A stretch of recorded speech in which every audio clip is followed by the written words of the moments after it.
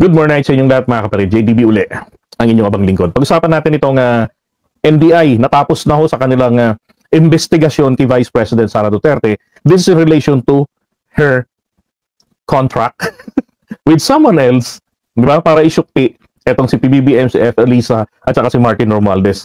Na kung saan, meron din po siyang nilabag na batas na pirmado pa ng tatay ni PBBM noong 1977 pa yung batas na yon, na pinarurusahan ng parusang kamatayan ang sino man na makikipagsabwatan o sa magsasagawa ng pagtatangkang pagpatay sa Pangulo ng Pilipinas at sa kanyang pamilya, ganun din sa kanyang mga gabinete at sa mga pamilya nito ay papatawa ng parusang kamatayan. Hindi pa ho nadi-defer ang batas na yan. Ano pa rin yan? Gumagana pa rin yung batas na yan. Death penalty parusa dyan. Diba? At dahil wala tayong ganun, so life sentence lang. Now, sabi rito ni Anthony Fadulion ng DOJ, sabi niya, we were informed, so sinabihan na sila ng NBI na natapos na nila ang kanilang investigasyon. Ang bilis naman. Diba? Kaya ho nila natapos agad. Kasi si Sara hindi po pumupunta eh. Hindi sumasagot eh. Diba? So sabi rito, but there is a need to evaluate it further to determine. So sa NBI, nag-submit na sa kanilang dokumento na, hey, tapos na po kami. So si DOJ ngayon ang mag-re-evaluate nito. Para makita talaga nila na planchado na ba talaga itong mga ebidensyang nakalagay rito, yung statements, di ba? Solid ba talaga? Yan yung trabaho ng DOJ. Okay?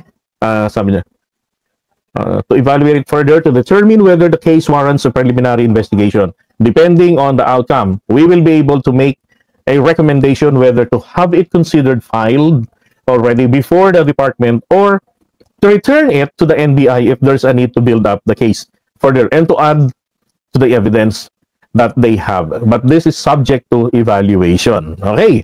So evaluation na lamang po, which is normal process po ng Department of Justice.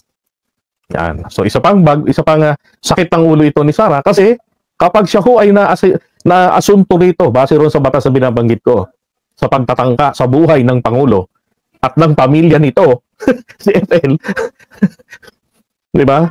So madaling mapapatunayan yan. So, dahil sa kanyang bibig mismo ho nagsabi na meron siyang kinausap na magsasagawa ng kanyang pagtatangka sa buhay ng Pangulo. Naku, yari nito si Inday. Sanay na sanay sa kultura, di ba?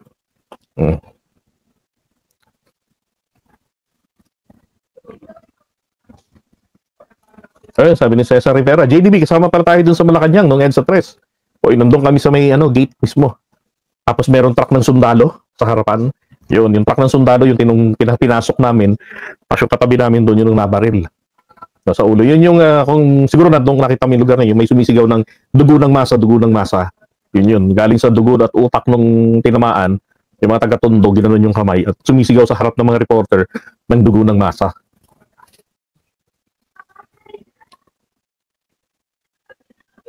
So, ano na naman po ang plano rito nilang gawin ng mga Duterte?